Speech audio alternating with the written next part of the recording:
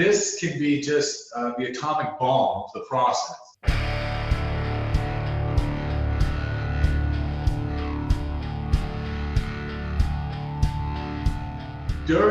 Before, and actually when you're under contract, Eric, as you know, and realtors, really mortgage companies too, this can be just the atomic bomb of the process, right?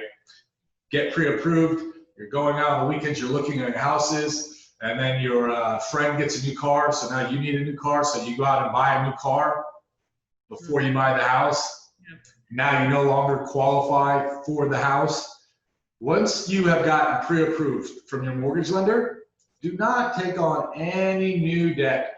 Don't buy a new car, don't buy new furniture, don't buy the TV, don't start decorating the house. What you want to do is get the keys to the house, and then you want to go buy all that stuff. You obviously don't want to quit your job just because you get pre-approved. Doesn't mean you're good.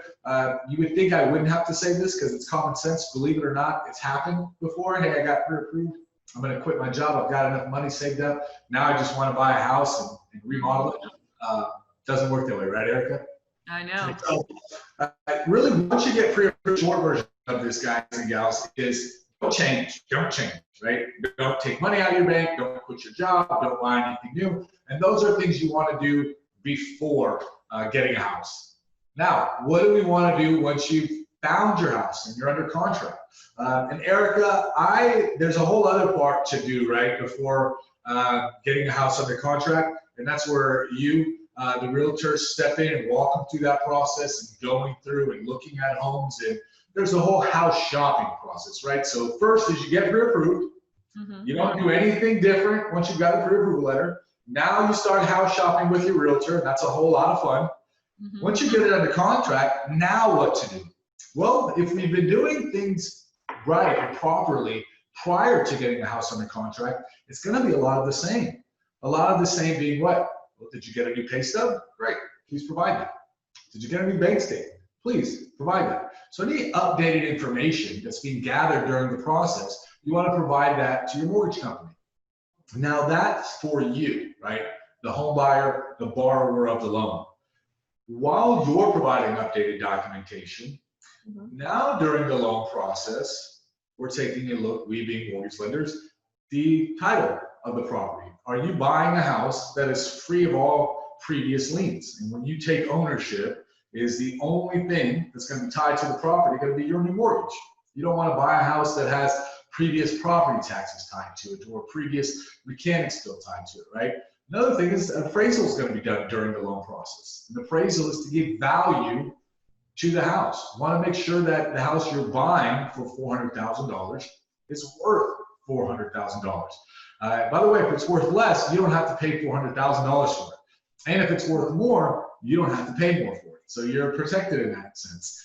During the process, we're also getting you insured. Make sure that if something happens to the house while you're there, that the insurance company is going to step in and help out. And lastly, the survey, which is a plot blueprint document that says, hey, this is what you're buying, this is where your fence is, this is where your neighbor's fence is, and the likes. During that process, you should expect updates weekly from your mortgage lender. Your realtor is going to be all over it, especially if your realtor is Erica. She's bought how many houses now, Erica? 2 to live in, and yes. How many investment properties? About 7 other houses as well. So you've been through it a time or two, right? You've seen the pretty ones, the ones that are completely fixed up and likely are for your viewers and clients that are buying those houses. But you've also seen the ugly houses that need to be remodeled, right? So you're providing the updated information during the process. You're getting updates from your realtor. You're getting updates from your title company. You're getting updates from your mortgage lender. And it's like before the process, you don't want to change anything. You don't want your job to change. You don't want your assets to change. You don't want your debts to change. I've had times many years ago, of course, you go through it once and then you warn clients, right? Then you get excited and you're buying a new house and well, you're closing a few days before Halloween, so you want to have a Halloween party, or you're closing a few days before the holidays and you want to have family over, so you start buying furniture. Well, it may not just completely crush and cancel the process, but at the very least will delay the process. If you're someone who's well qualified, you going out to a furniture store and getting some furniture at 0% interest, it's unlikely going to cancel your loan entirely. But what it will do is require additional documentation. So while we're waiting for that additional documentation, you might miss your close date. And if, as someone who wanted to close before Christmas, that didn't close before Christmas, that stinks. I mean, yeah, it was many years ago, but all I remember of that Christmas is being somewhere else other than the house I just bought and how bad I wanted to be there. So the point of this is don't change, stay the same. You talked about appraisal, getting an appraisal done. Now, as a realtor, I've actually know of several lenders that are recently, I guess they're just so underwater that they're actually waiving certain appraisals. Is there a certain amount that you have to put down for a lender to waive an appraisal? I think that I think I understood that as, you know, if you're putting $100,000 or more down, or maybe it's if you're putting 30% or more down, then you don't necessarily have to have the appraisal. I just was wondering, in y'all's case, is there a time that an appraisal actually would be waived? So yeah, appraisal waivers are more and more common today than they were yesterday, and they're going to be even more common tomorrow. A major challenge in the lending industry has to do with the appraisal process. If a loan can get closed in 10 days and an appraisal takes 14 days to get back, well, there's a challenge there, right? So we lenders, Fannie Mae, Freddie Mac, independent mortgage brokers like ourselves, big banks, credit unions, we're all behind the scenes saying, hey, how can we get rid of this? With all the data that we had, see, 20, 30, 40, 50 years ago, when someone was buying a house, we needed data on what's the house worth. And there wasn't all the information that we have available to us today. Today, we can, as you know, as a realtor, how much different is the appraiser's number from yours? Really? We have the same data. They're just going out and taking pictures. So there's other ways that we can verify value. To answer your question directly, I've seen once you start putting 20% down, starts to get waived. I've seen cases where 10% down, it gets waived.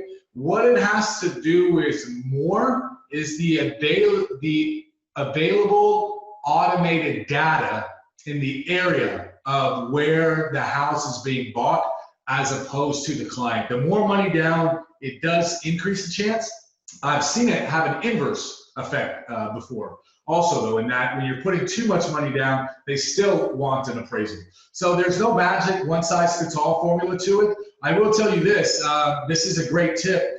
When you're talking to your mortgage lender, they should enter the address of the property in their system. We all use the same lending system.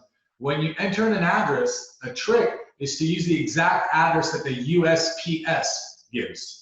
So using the last 4 digits of the zip code, not spelling out street, but putting ST, not spelling out drive, putting DR. So when you match the address, you have a much higher likelihood of getting an appraisal waiver. Okay, great. And then I also had a question. I know that you had said that, and this is something that you and I dealt with as well, is that sometimes lenders will come to you and ask you questions or ask you to explain something on your bank statement or on your credit report.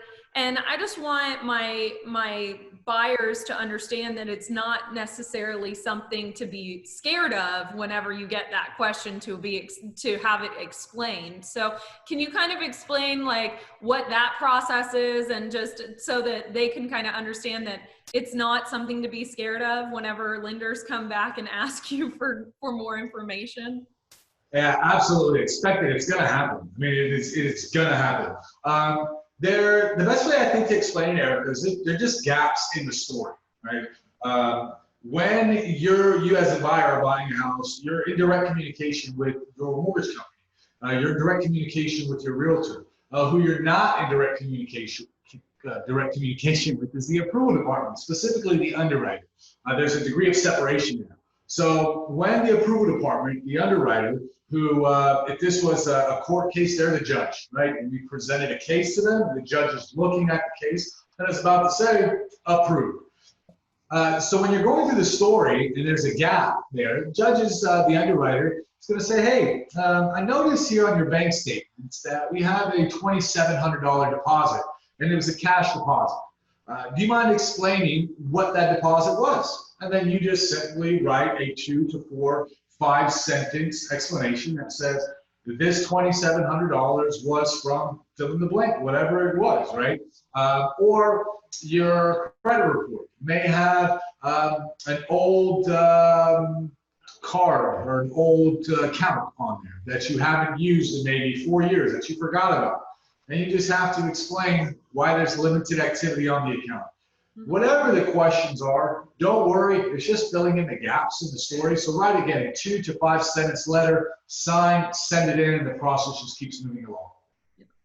Because I remember I had to write a couple of sentences on why I had a hard pull from the AT&T group, just because like I just signed up for DirecTV, and so they had done a whole hard pull on my credit right before I moved. So y'all had me explain that. So I really appreciate that, and you explaining that to my home buyers, that it's not a scary process, and the questions is just to get more of the picture of the story. So it's a loan process, yeah, right? Yeah, exactly. If you have not been able to look at any of these videos, or if you've seen a couple of them, please go ahead and like this video below and subscribe to Erica Parker Now. And there's plenty of other videos that we have on here that can help you out in your loan buying process. And also subscribe to Blink Lending TV. I know that Paul does a lot of information on loans and escrows, and probably goes more in depth than we do here. So please subscribe to Blink Lending TV. And thank you so much, Paul, for being on here and just all of the things that you've done for us. And thank you, Home Buying Nation. We'll see you soon.